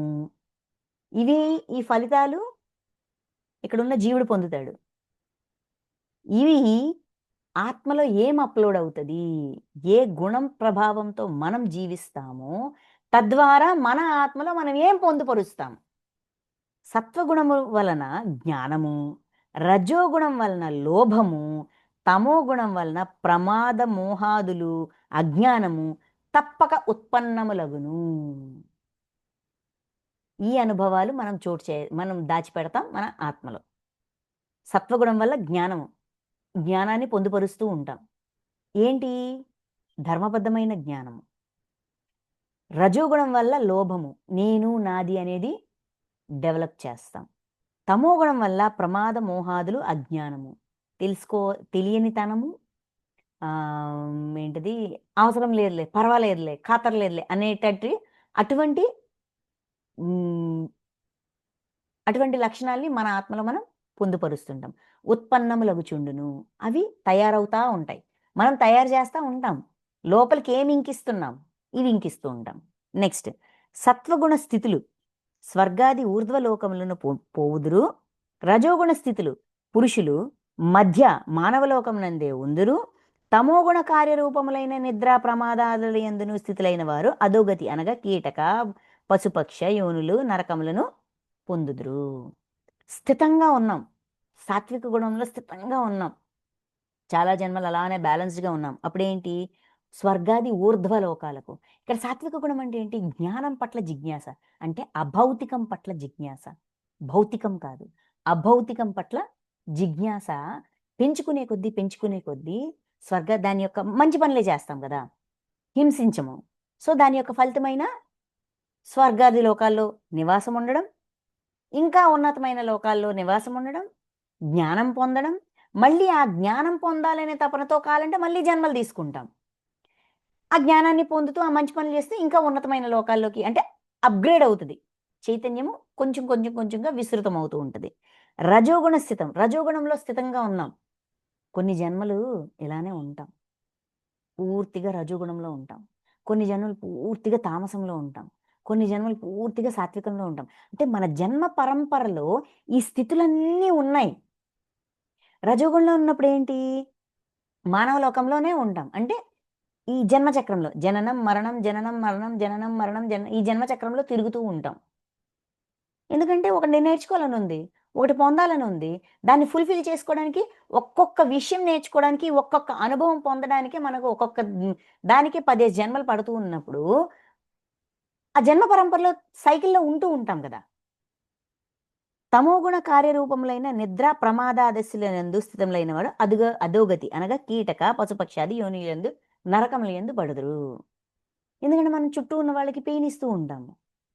సో ఆ పెయిన్ యొక్క ఫలితాన్ని కూడా అనుభవిస్తాం. అలా ఉండడం వల్ల ఏమీ నేర్చుకోలేకపోతాం, తెలుసుకోలేకపోతాం. ఇది అంటే అనుభవాన్ని కూడా పోగు చేసుకోలేకపోతాం.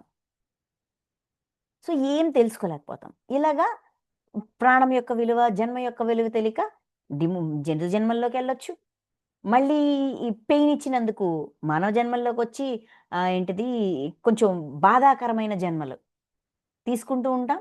ఇలాగా ఉంటది చెప్తూ, సరే ఇప్పుడు ఇంతవరకు ఏం చెప్పారు? ఫస్ట్ ఏంటి? సృష్టి. అంటే పరమాత్మ నుంచే, అమూల ప్రకృతి నుంచే ఈ ప్రాణులన్నీ ఉత్పన్నమయ్యాయి. అందులో చైతన్యాన్ని నింపుతాను. సో ఈ జడచేతన సంయోగం వల్ల ప్రాణులన్నీ ఉత్పన్నమయ్యాయి. ఈ విధంగా సృష్టిలో ఇలా స్టార్ట్ అయ్యి, ఆ తర్వాత వచ్చినాక చైతన్యం ఉంది కదా! ఎవరి ఏమంటారు? Free will zone. ఆ ఫ్రీ విల్ జోన్‌ని ఉపయోగించుకుంటూ ఎవరికి ఏది నచ్చాలి, ఎలా ఉండాలనిపిస్తే చుట్టూ ఉన్న పరిస్థితుల యొక్క ప్రభావంతో ఎలా ఉంటే అలాగా మెల్లమెల్లగా మనలో మనం గుణాలని డెవలప్ చేస్తాము. మొదటి జన్మల్లో గుణాన్ని మనలో మనమే తయారు చేస్తాము.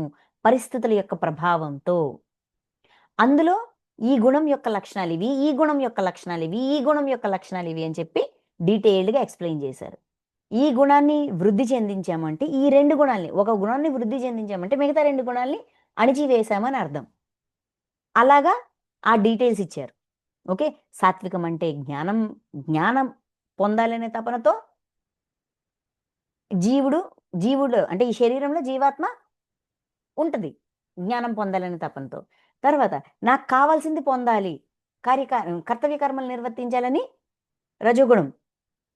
ఏదైనా సరే శరీరంలో జీవాత్మ ఉంటూ తన జన్మ ప్రయాణాన్ని కొనసాగిస్తూ ఉంటది.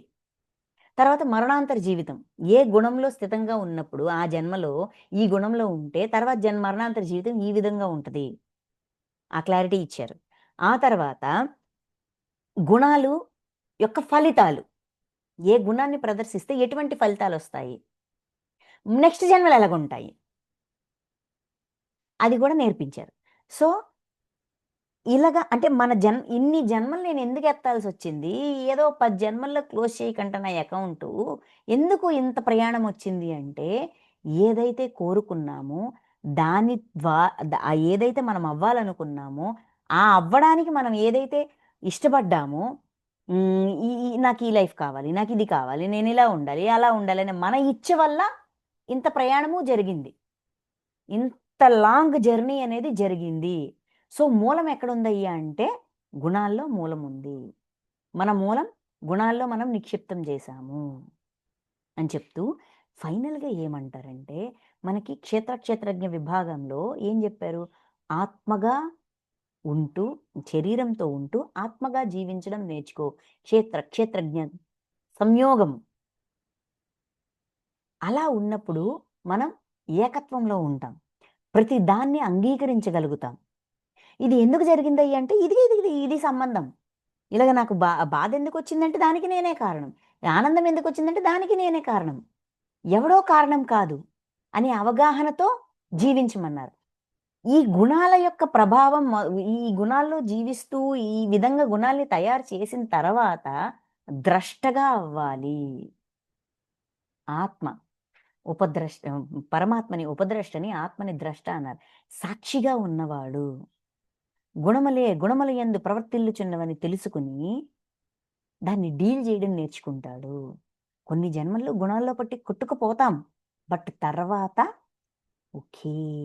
దీని ప్రభావం ఇది, దీని ప్రభావం ఇది, దీని ప్రభావం ఇది అని మెల్లమెల్లగా అంటే వాటిలో జీవిస్తూ వాటి యొక్క అనుభవాన్ని పొందుతూ, దాని యొక్క ఫలితాన్ని కూడా పొందుతూ, ఆ ఫలితాన్ని అనుభవిస్తూ, నేను ఇది చేస్తే ఇది వస్తుంది. నేను ఇలా ఉండాలనుకున్నా కూడా నేను ఇలా ఉండలేకపోతున్నాను. ఏంటి కారణం అని చెప్పి ఈ ఇన్వెస్టిగేషన్‌లు, ఎంక్వైరీలు అంతా చేయగా జన్మ పరంపరలు ముందుకెళ్ళే కొద్దీ మన గురించి మనం రిసర్చ్ చేస్తుంటామా లేదా? అప్పుడు మనకి క్లారిటీ వస్తది. అప్పుడేంటి చూడండి. ద్రష్ట అయిన వాడు 19వ శ్లోకం. ద్రష్ట అయినవాడు గుణములే గుణముల యందు ప్రవర్తించుచున్నవనియు త్రిగుణములు తప్ప వేరుగా కర్తలు లేరనియు తెలుసుకొని ఈ ప్రయాణం అంతా సాగి సాగి సాగి అప్పుడు ఈ విషయం అర్థమవుతుంది. నేను శరీరాన్ని కాదు, నేను ఆత్మని, నేను క్షేత్రము కాదు, నేను క్షేత్రజ్ఞుడిని అనే అవగాహన వస్తూ దాంతో పాటు గుణములే గుణముల యందు ప్రవర్తిల్లుచున్నవని. అంటే ఇప్పుడు ఒక పని, నేనొక పని చేసినా, నా ఎదుటివాడు ఒక పని చేసినా, ఆ పనికి ఆధారం వాడి గుణం. ఆ గుణ ప్రభావంతో వాడు చేస్తున్నాడు అని తెలుసుకుని, ఎటువంటి రాగానికి, ద్వేషానికి గురి అవ్వకుండా అవగాహనని పెంచుకుంటాడు. ఆ గుణం సరి అయినది అయితే ఊరుకుంటాడు. సరికానిదైతే దాన్ని మార్చడం మీద దృష్టి పెడతాడు. ద్రష్ట అయినవాడు. ఆత్మస్థితికి ఎదిగిన తర్వాత ఈ మార్పనేది వస్తది. ద్రష్ట అయినవాడు గుణములే గుణములయందు ప్రవర్తించుచున్నవనియు, త్రిగుణములు తప్ప వేరుగా కర్తలు లేరైనయు. ఆ గుణం యొక్క ప్రభావంతోటి ఇక్కడ కర్మ జరుగుతుంది కాబట్టి కర్త మనకి క్షేత్రజ్ఞుల్లో చెప్పారు. పరమాత్మ కర్త కాదు. ఆత్మ కూడా కర్త కాదు. కర్త ఎవడయ్యా అంటే గుణమే కర్త. ఈ విషయాన్ని చెప్పడానికి ఇంత డేటా ఇచ్చారండి. కర్త ఇప్పుడు ఆత్మ కర్త కాదు, పరమాత్మ కర్త కాదు, మనమే కర్త అంటే మనకు కూడా చెయ్యాలనిపించట్లేదు కదా! కానీ చేస్తున్నాం కదా! హౌ? వై? గుణములు. త్రిగుణములు తప్ప వేరుగా కర్తలు లేరనియు తెలుసుకొని, అద్దా సంగతి. ఇంత లాంగ్ జన్మ పరంపరలో నాలో నేను తయారు చేసిన ఈ గుణ ప్రభావంతో నేను ఈ పనులు చేస్తున్నానా? కదర్థమయ్యింది అని ఆ అవగాహనొచ్చి, త్రిగుణములకు అతీతుడుగానున్న సచ్చిదానంద ఘన పరమాత్మ స్వరూపుడైన నా తత్వమును తెలుసుకొనును. మరి ఈ గుణాన్ని నేను దాటితే, ఇప్పుడు ఈ గుణ ప్రభావంతో నేను చేస్తున్నా.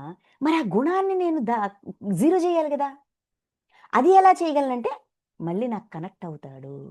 ఎందుకంటే నేను గుణాన్ని దాటాను కదా! పరమాత్మ ఏమంటారు? నేను గుణాతీతంగా ఉన్నానని అప్పుడు నాకు అర్థమవుతది. అప్పుడు నాకు మళ్ళీ కనెక్ట్ అవుతాడు. అంటే ఇంతవరకు కనెక్షన్ ఉంది. ఈ క్వెషన్‌తో మళ్ళీ నా దగ్గరికొస్తాడు. అయ్యా! నేనిప్పుడు గుణాతీతుడు కావాలా? నా గుణాల వల్ల నేను ప్రవర్తిస్తున్నానని నాకు అర్థమైంది. నేను ఈ గుణాన్ని దాటాలి. ఈ గుణాన్ని జీరో చెయ్యాలి. ఈ గుణ ప్రభావంతో నేను ఇంకెవరిని ఇబ్బంది పెట్టకూడదు. ఈ గుణాన్ని దివ్య గుణంగా మార్చేయాలి. నాకు సజెషన్స్ కావాలి. నాకు ట్రైనింగ్ కావాలి. నాకు నేర్పించు అని మళ్ళీ పరమాత్మకి కనెక్ట్ అవుతారు. అప్పుడు నా స్వరూపంనే పొందును. అప్పుడు ఆయన గైడెన్స్‌తో మనం ఆ గుణాన్ని కూడా దాటుతాం. గుణాతీతులం అయ్యే అవకాశం ఉంది. ఎందుకంటే ఆయనకు ఆ ప్రాక్టీస్ అయిపోయింది. ఆయన ట్రైనింగ్ అయిపోయింది. ఆయన సీనియర్ ఇందులోన. కాబట్టి ఆయన్నే అడగాల. ఆయన దగ్గరికెళ్ళి అడుగుతాం. దేహోత్పత్తికి కారణ రూపములైన ఈ 3 గుణములను అధిగమించిన పురుషుడు జన్మ, మృత్యు, జర, దుఃఖముల నుండి విముక్తుడై పరమానందమును పొందును. మరలా మరలా జన్మలు తీసుకోవడానికి కారణం ఈ గుణాలే అని అర్థమవుతదప్పుడు. దేహోత్పత్తికి కారణములైన ఈ 3 గుణములు. మనలో మనం తయారు చేసిన ఈ 3 గుణాలే మరలా మరలా మనం శరీరం తీసుకొని జన్మ చక్రంలో ఇరుక్కుపోవడానికి కారణం ఈ గుణాలే అని తెలుసుకున్నవాడు దాన్ని అధిగమిస్తాడు. గుణాల్ని అధిగమిస్తాడు పరమాత్మ యొక్క హెల్ప్‌తో. అప్పుడు వాడికి జన్మ, మృత్యు, జర, ముసలితనము, దుఃఖము వీటన్నిటిని దాటి వీటన్నిటి నుంచి release, release, release, release, release తనని తాను రిలీజ్ చేసుకొని హ్యాపీగా ఉంటాడు. సూక్ష్మాతి సూక్ష్మాల్లో కూడా, ఆ లోతుల్లో కూడా ఆనందాన్ని పొందుతాడు అని ఇలాగా అర్జునుడడిగిన ఆ ప్రశ్నకి, అయ్యా! అనన్య భక్తిని ఇలానూ సాధించారు, అలానూ సాధించారు. ఏది శ్రేష్టమైనది అంటే, ఈ 3 స్టెప్పులున్నాయి దానికి. అనన్య భక్తిని సాధించడానికి, ఆహ్, ఆ ఉన్నతమైన స్థితికి వెళ్ళడానికి ఈ 3 స్టెప్పులున్నాయి. ఏంటి? భక్తి అనేదుంది. మనం ఆత్మ పదార్థాలమని ఎరుక తెచ్చుకొని ఆత్మగా జీవించడం అనేది ఉంది. ఆత్మగా జీవించడం మొదలుపెట్టాక కర్త ఆత్మ కాదు గుణాలు అనే అవగాహన వస్తది. ఆ క్లారిటీ వస్తది. అప్పుడు గుణాన్ని కూడా జీరో చేస్తే హ్యాపీగా పరమానందంతో, పరమాత్మ స్థితికి ఎదుగుతూ పరమానందంతో ఉండొచ్చు అని సమాధానం ఇచ్చారు. ఇదంతా విన్నాక అర్జునుడు మళ్ళీ క్వశ్చన్ చేశారు. ఏంటి? అర్జున ఉవాచ, అర్జునుడు పలికెను, ఓ ప్రభు, ఈ 3 గుణములకును అతీతుడైన వాని లక్షణములివి. అయ్యా, మీరు బాగా చెప్పారు, బాగా అర్థమైంది. గుణాతీతుడి యొక్క లక్షణాలు ఏంటి? అంటే ఇప్పుడు నేను గుణాతీతుడినా కానా అని నేను టెస్ట్ చేసుకోవాలంటే ఆ లక్షణాలు నాలో ఉన్నాయో లేదో నేను చెక్ చేసుకోవాలి. ఇప్పుడు నేను భక్తుడినా కానా అని దానికి ఓ 31 లక్షణాలు ఇచ్చావు. జ్ఞానానికి మూలాలు సాధనాలని చెప్పి ఓ 20 పాయింట్లు ఇచ్చావు. పరమాత్మ తత్వం అని చెప్పి ఓ 10 పాయింట్లు ఇచ్చావు. గుణాల యొక్క డీటెయిల్స్ అని చెప్పి ఒక 20 శ్లోకాలు ఇచ్చావు. దాన్ని దాటడం ఎలాగని సలహా కూడా ఇచ్చారు. అయితే గుణాతీతుడి యొక్క లక్షణాలు ఏంటి అని చెప్తే ఆ లక్షణాలు మాలో ఉన్నాయో లేదో చూసుకుందాం. లేవా? మళ్ళీ డెవలప్ చేసుకోవాలి కదా! అందుకే ఏమడిగారు నెక్స్ట్ క్వెషను, అతని లోక వ్యవహార రీతి ఎట్లుండును? ఈ సమాజంలో వాడు ఎలా ఉంటుంటాడు? ఎలా ప్రవర్తిస్తుంటాడు? ఈ లోకంలో వాడి వ్యవహారం ఎలా ఉంటది? అంటే ఈ సంసారంలో వాడు ఎలా బిహేవ్ చేస్తుంటాడు? నెక్స్ట్, మనుష్యుడు త్రిగుణాతీతుడు అగుటకు ఉపాయమేమి? ఈ త్రిగుణాలకి అతీతంగా ఉండాలంటే ఏదైనా సలహా ఇవ్వవా? టిప్స్, సూచనలు, సలహాలు ఇవ్వవా ప్లీజ్ అని అడుగుతున్నారు. దీనికి 3 అధ్యాయాల ఆన్సర్. అయితే ఈ అధ్యాయంలోన ఒక 5 శ్లోకాలుంటాయి. ఈ 5 శ్లోకాల్లో చాలా సూక్ష్మంగా ఒక టిప్ ఏంటిది simple sweet and short answer ఇస్తారనమాట. చూద్దాం. 22 శ్రీ భగవానుడు పలికెను, ఓ పాండవ అర్జున, సత్వగుణ కార్యరూపమైన ప్రకాశము, రజోగుణ కార్యరూపమైన ప్రవృత్తి, తమోగుణ కార్యరూపమైన మోహము తమంతట తామే ఏర్పడినప్పుడు త్రిగుణాతీతుడు ద్వేషింపడు. ఫస్ట్ క్వశ్చన్ ఏంటి? గుణాలకు అతీతమైన వాడి లక్షణాలు ఏంటి అని అడిగారు. ఇప్పుడు సత్వగుణం యొక్క కార్యరూపం ఏంటి? సత్వగుణం యొక్క రిజల్ట్ ఏంటి? ప్రకాశము, జ్ఞానం, జ్ఞానం యొక్క ప్రకాశం. ఓకే, ఇక్కడ ప్రకాశం అంటే వెలుతురు అది కాదండి. ఏమంటాము, ప్రశాంతంగా ఉండడం, అవగాహన ఉంది కాబట్టి కూల్ అండ్ కామ్గా ఉండడం. ఓకే, రజోగుణ కార్యరూపమైన ప్రవృత్తి అంటే ప్రాపంచిక విషయాల మీదే ఇంట్రెస్ట్, తమోగుణ కార్యరూపమైన మోహము, ఏదో కావాలి అని అనిపించింది. అంటే ఇలాంటివన్నీ వాడిలో ఉత్పన్నమైన విపరీతమైన నేను చాలా సాధించాను, నేను చాలా నేర్చుకున్నానని అనిపించినప్పుడు, ఈ ప్రాపంచిక విషయాల మీద ఇంట్రెస్ట్ కలిగినప్పుడు, అదే కాకుండా మోహము, నాకు ఇది కావాలి, ఇది పొందాలి, ఇందులోనే ఉండాలి అని అనిపించినప్పుడు, తమంతట తామే ఏర్పడినప్పుడు, సహజంగా ఏర్పడతాయి. శరీరంతో ఉన్నాము, ప్రపంచంలో ఉన్నాము, సమాజంలో ఉన్నాము, సంసారంలో మనం ఉన్నాము, ఇవన్నీ ఉత్పన్నం అవుతాయి. మనకు ఆ ఫీలింగ్స్ అన్నీ వస్తాయి. ఫీలింగ్స్ లేకుండా, ఎమోషన్స్ లేకుండా ఏం జరగదు, జరుగుతాయి. ఎంత ఎదిగినా, ఎంత ఉన్నతమైన స్థితికి వెళ్ళినా కూడా ఎమోషన్ అనేది వస్తది. ఫీల్ అనేది వస్తది. ఈ గుణాల యొక్క ప్రతిరూపాలనేవి ఉత్పన్నమవుతాయి తమంతట తామే. సహజంగా ఇది జరుగుతాది. అలాంటప్పుడు త్రిగుణాతీతుడు ద్వేషింపడు. నాలో ఇలాంటివి వస్తున్నాయా? నేను ఇంకా మారలేదా? నేను ఇట్టాంటోడిని, నేను అట్టాంటోడిని అని వాడిని వాడు ద్వేషించుకోడు. అలాగని అట్లే అని అవి తొలగిపోయినప్పుడు వాటికై కాంక్షింపడు. వాడిని దాటాడు, మరలా కావాలి అని అనుకోడు. దాటానా లేదా ఆడికి తెలుస్తుంది, క్లారిటీ ఉంటుంది. కాంక్షింపడు అనగా ఎల్లప్పుడూ ఒకే స్థితిలో ఉండును. చుట్టూ ఉన్న పరిస్థితుల యొక్క ప్రభావం వలన లోపల ఎలాంటి ఎమోషన్ వచ్చినా కూడా, అంటే ఇది కావాలనిపించింది, నేను శాంతంగా ఉన్నాననిపించింది, నాకు ఇలాంటి మోహం, ఇలాంటి కోరిక కలిగింది, ఏమైనా జరగచ్చు. బట్ ఇలాగ మనం ఇలాగ ఉండకూడదు కదా, ఇలాగ అనిపించకూడదు కదా అని తనని తాను ద్వేషించడు.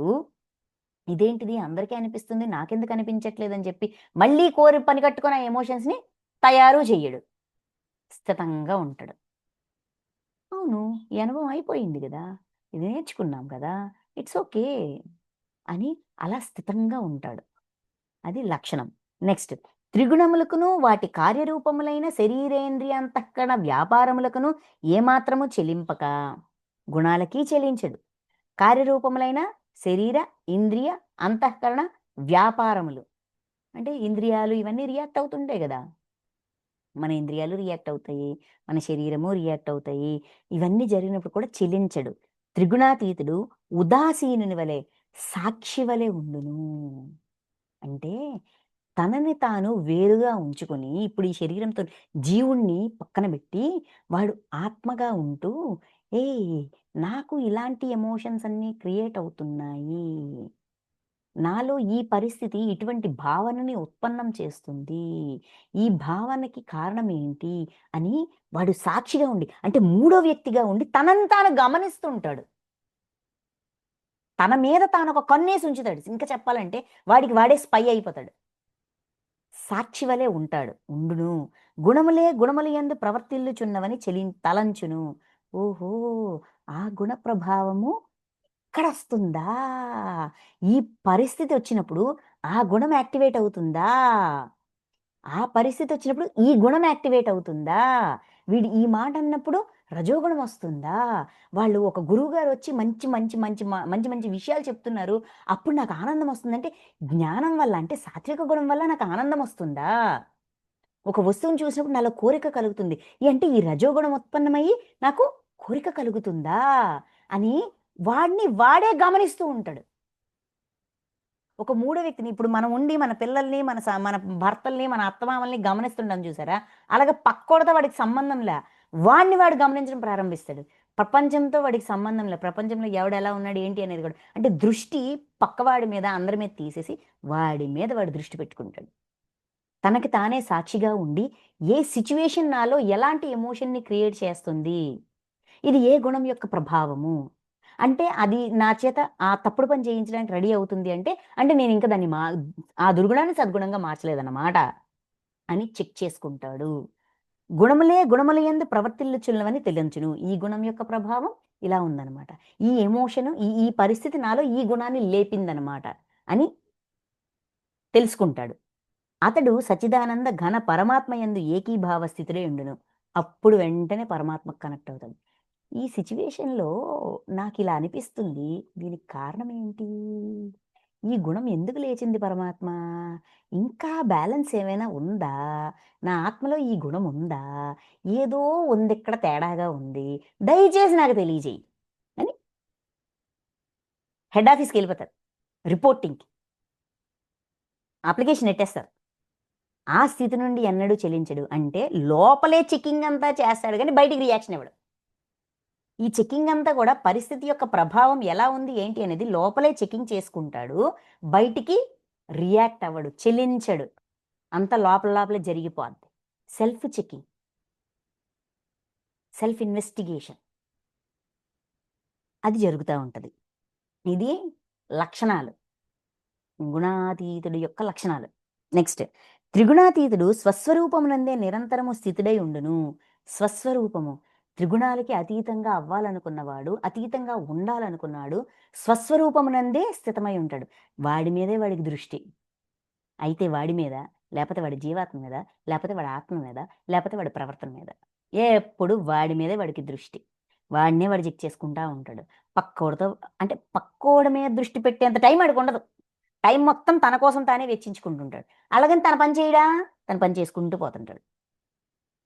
సుఖదుఃఖములను సమానముగా భావించును. సుఖమొచ్చినా, దుఃఖమొచ్చినా చెకింగ్, చెకింగ్‌కి వెళ్ళిపోతాడు. మట్టి, రాయి, బంగారముల యందు సమభావమునే కలిగియుండును. అనగా ఆ మూడింటి యందు గ్రాహ్య త్యాజ్య భావములను కలిగి ఉండడు. అతడే ధీరుడైన జ్ఞాని. ప్రియ అప్రియాప్రియములకును గాని, నిందాస్తుతులకు గాని తొనకడు. అనగా రెండింటి యందు సమస్థితిలోనే ఉండును. మట్టిని, రాయిని, బంగారాన్ని సమంగా చూస్తాడు.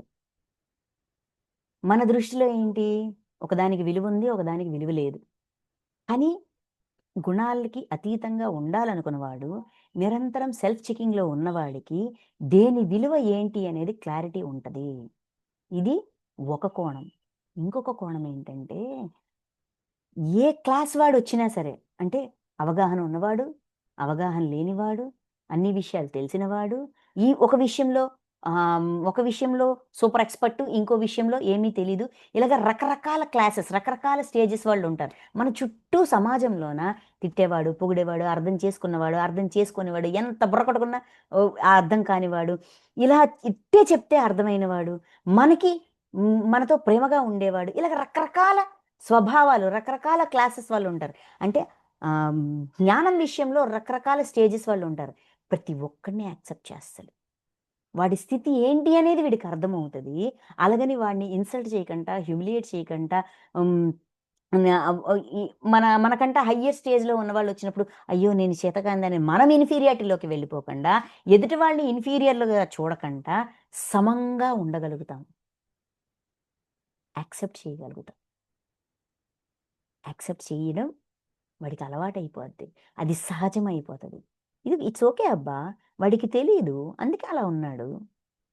ఇది హింస అని వాడికి తెలీలా. అందుకని మాంసాహారం తింటున్నాడు. చెప్దాం. వింటే వింటాడు, లేపోతే లేదు. అది నా సమస్య కాదు. చెప్పడం నా బాధ్యత.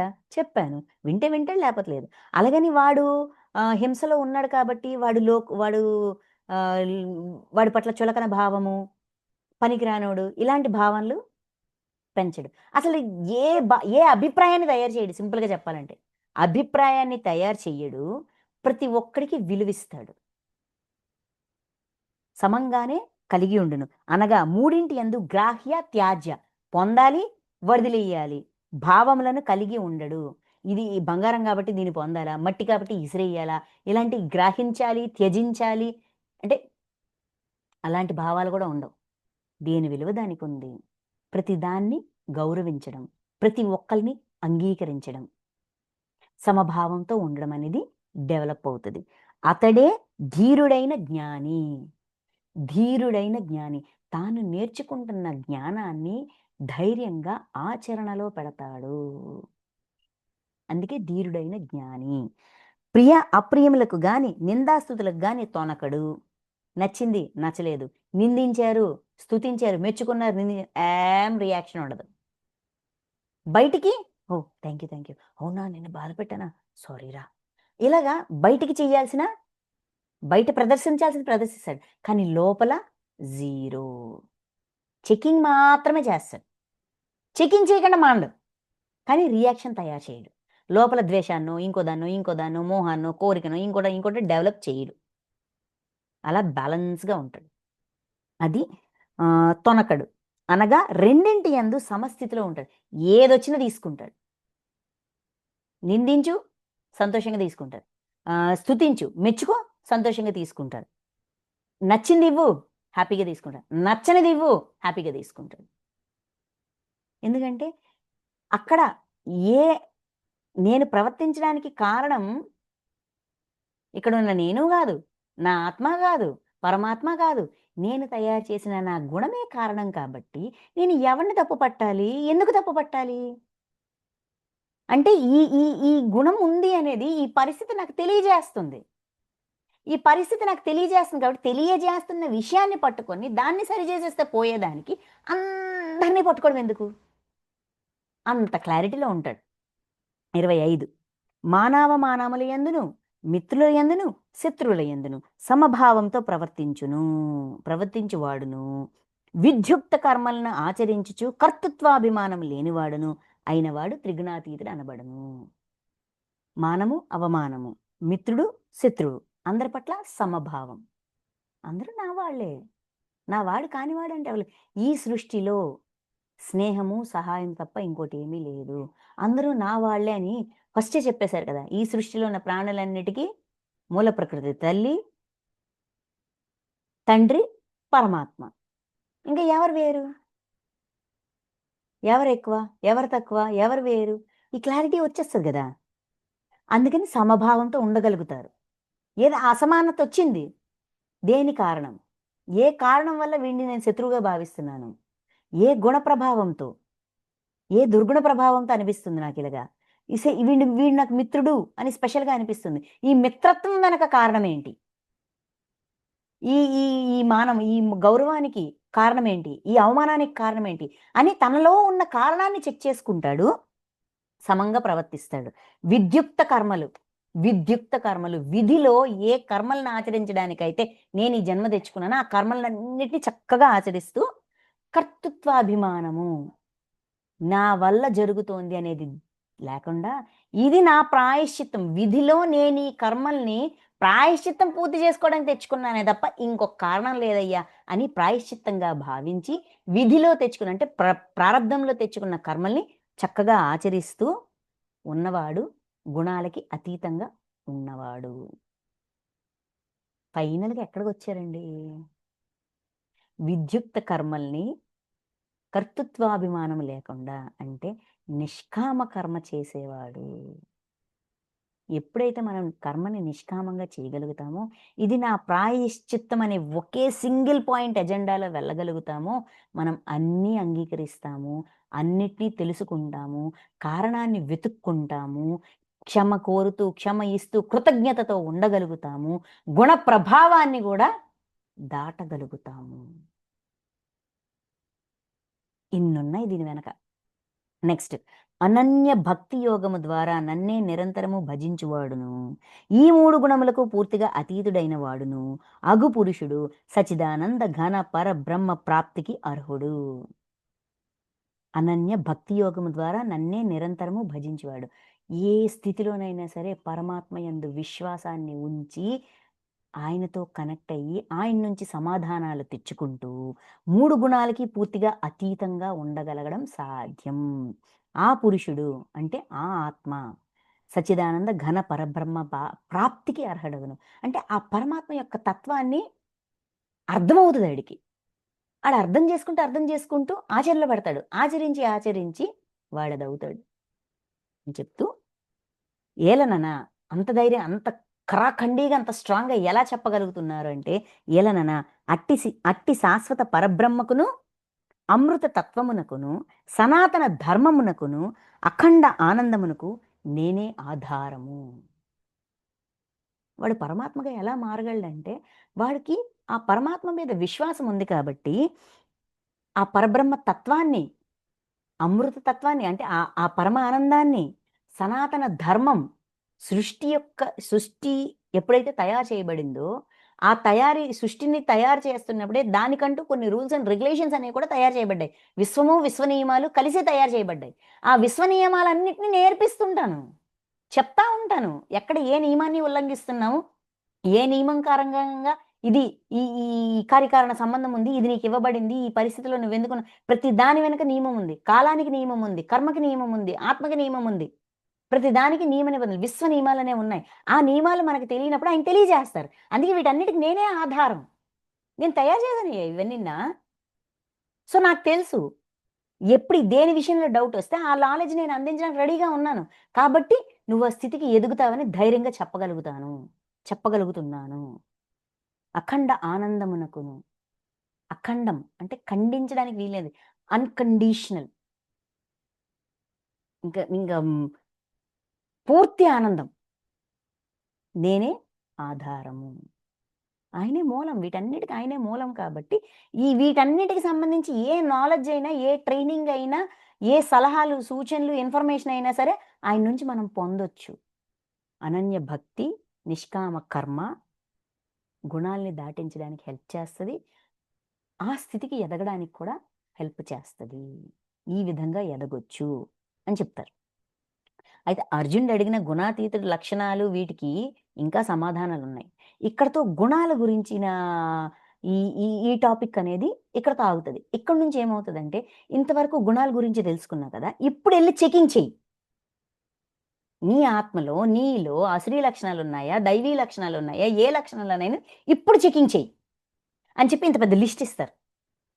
దైవీ లక్షణాలు 30 లిస్ట్ ఇస్తారు, అసురీ లక్షణాలు 30 లిస్ట్ ఇస్తారు. ఇక్కడ ఉన్నావా, అక్కడ ఉన్నావా, నీకెలా అనిపిస్తుంది ఆలోచించు, చెక్ చేసుకో. అప్పుడు అర్థమవుతుంది ఎంతవరకు మనలో ఏది ఎంత పర్సెంటేజ్ ఉన్నదనేది అర్థమవుతుంది. దైవీ సంపత్తిలో ఉన్నామా, అసురీ సంపత్తిలో ఉన్నామా, దైవీ సంపత్తిలో ఎంతలో ఉన్నాము, అసురీ సంపత్తిలో ఎంతలో ఉన్నాము, చెక్ చేసుకో. అంతేకాకుండా పురుషోత్తముడు, మనం పురుషులలో ఉత్తములం అవ్వాలి అంటే ఉన్న ఆత్మలన్నిటిలోకి, అంటే పరమాత్మ నుంచి ఉత్పన్నమైన ఆత్మలన్నింటిలోకి, ఆయన సృష్టిలో ఉత్తమమైన ఆత్మగా ఉండాలి అంటే ఏం చెయ్యాలి? ఎలా ఉండాలి? అది చెప్తారు. అది చెప్పాక ఇప్పుడు చెక్ చెయ్యి నీ ఆత్మలో అశ్రీ లక్షణాలున్నాయా? దైవీ లక్షణాలున్నాయని దైవాసుర సంపత్ విభాగ యోగము చెప్తా. ఈ ఆ 3 ప్రశ్నలకి ఈ 2 అధ్యాయాలు, ఇక్కడున్న 7 శ్లోకాలు సమాధానం. అది మనం నెక్స్ట్ వీక్ రేపు చూసుకుందాం. Okay masters. Thank you masters. Thank you so much.